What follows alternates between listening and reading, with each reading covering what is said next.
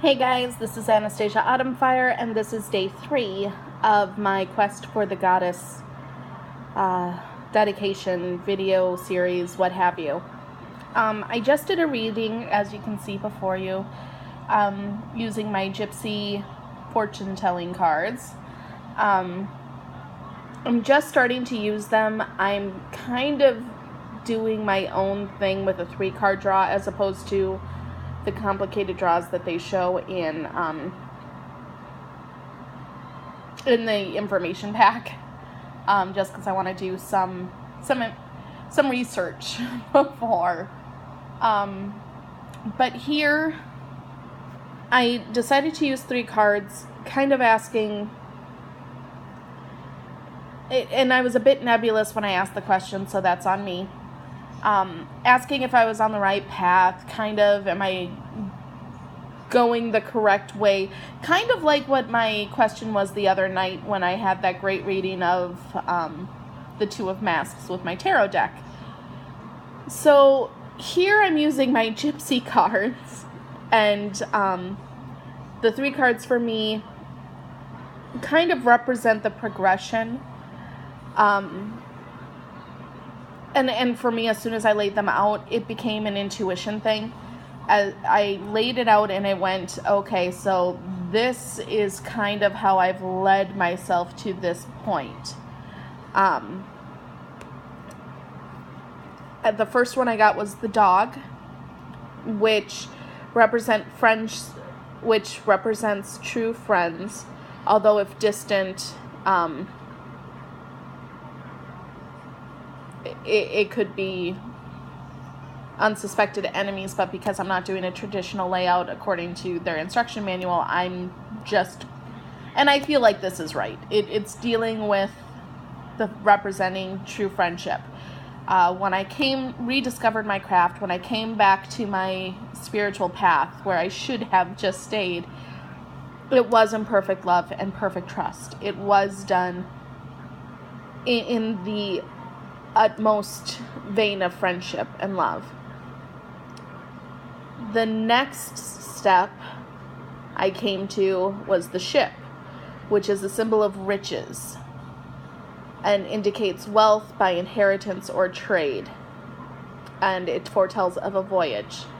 Now, that makes perfect sense in my spiritual path because I was born to this, and I did kind of... There are people that search for so long to discover their witchy name or their patron or their matron or what have you. And I got all of that stuff pretty damn quick. Like, I studied a couple years, but when I first asked, what's this, within a few months I got my answers. So I felt pretty damn lucky about that. And it definitely was a voyage. But then where I'm at now is represented by the scythe. Which indicates disappointment. And then it goes into some details on a spread that it could be part of. And I feel that. The thing about the scythe as a card, as a representation, I don't see it as negative. Just like a death card, I don't see as negative in tarot, and I understand they're kind of 2 different decks, so I can't really compare the 2. But the scythe card, I see as, or a scythe as a symbol, I see as being reaping what you're sowing. It has to do with what seeds you've planted. What have you put out? What have you done? What work have you put through? What work have you put into things to reap the harvest? And in this case, I had everything I needed, and yet am going through this stage of disappointment. And I guess my message that I wanted to share with this thought is, when we are doing these spiritual searches, when we are going through and trying to learn of these goddesses or gods or fae or energy or ancestors or spirit guides or totems, what have you, whenever we're doing a quest within our spiritual path, no one really talks about the disappointment. And I find a lot of videos where, and blogs and such, where they talk about disappointment, and it seems so hopeless. It seems so down. And I think a lot of times it's because I myself am guilty of this. And not necessarily guilty, that's too strong of a word.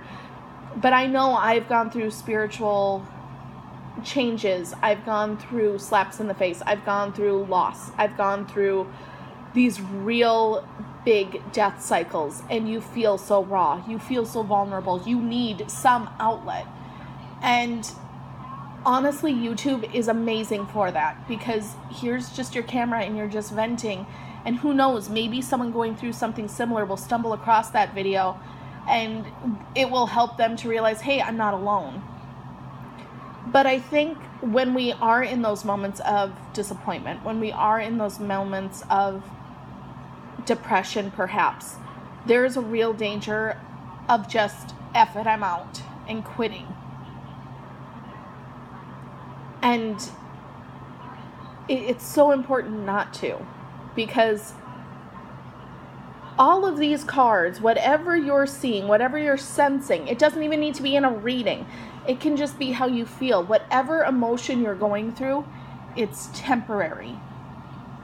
There has been so much loss lately, and not just spiritually speaking.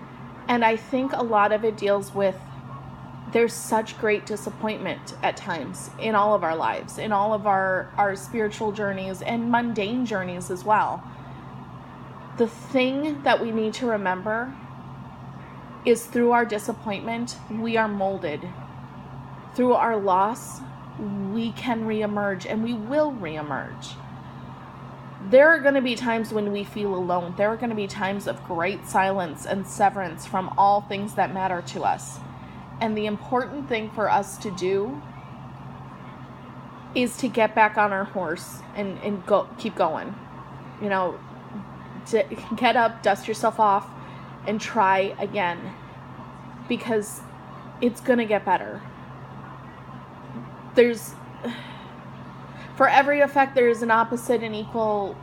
For everything, there's an effect. I'm losing my very cliche sayings right now. But the thing that I need to remember right now, these cards show me I know what to do. I know where to go. I know where I've been. There's hope here. So why wouldn't this be able to turn into...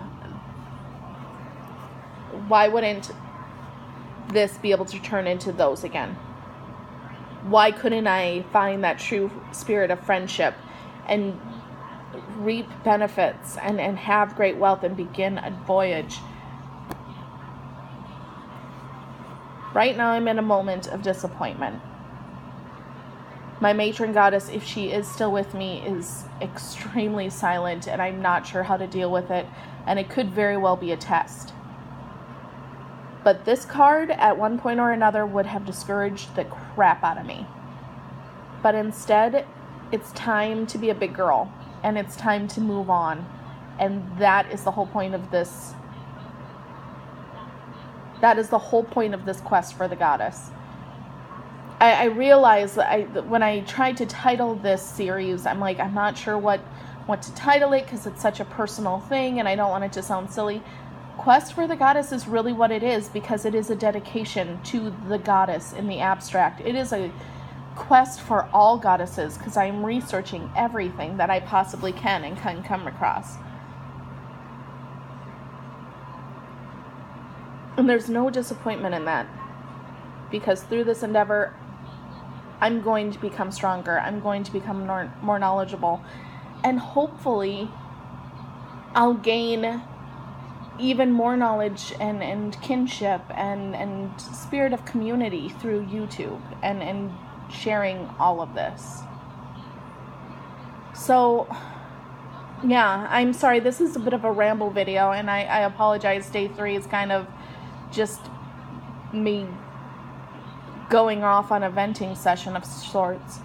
But I feel like it was a pretty powerful message that, you know, we have good times, And yeah, they do feed into the bads. They do go into bad times at time, from time to time. Wow, I just said time way too much.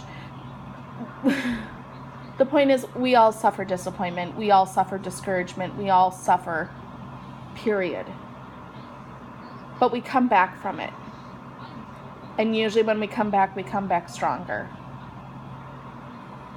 The image I get from this spread is the idea of the phoenix. Because all this scythe makes me want to do is come back better than ever. And burn brighter.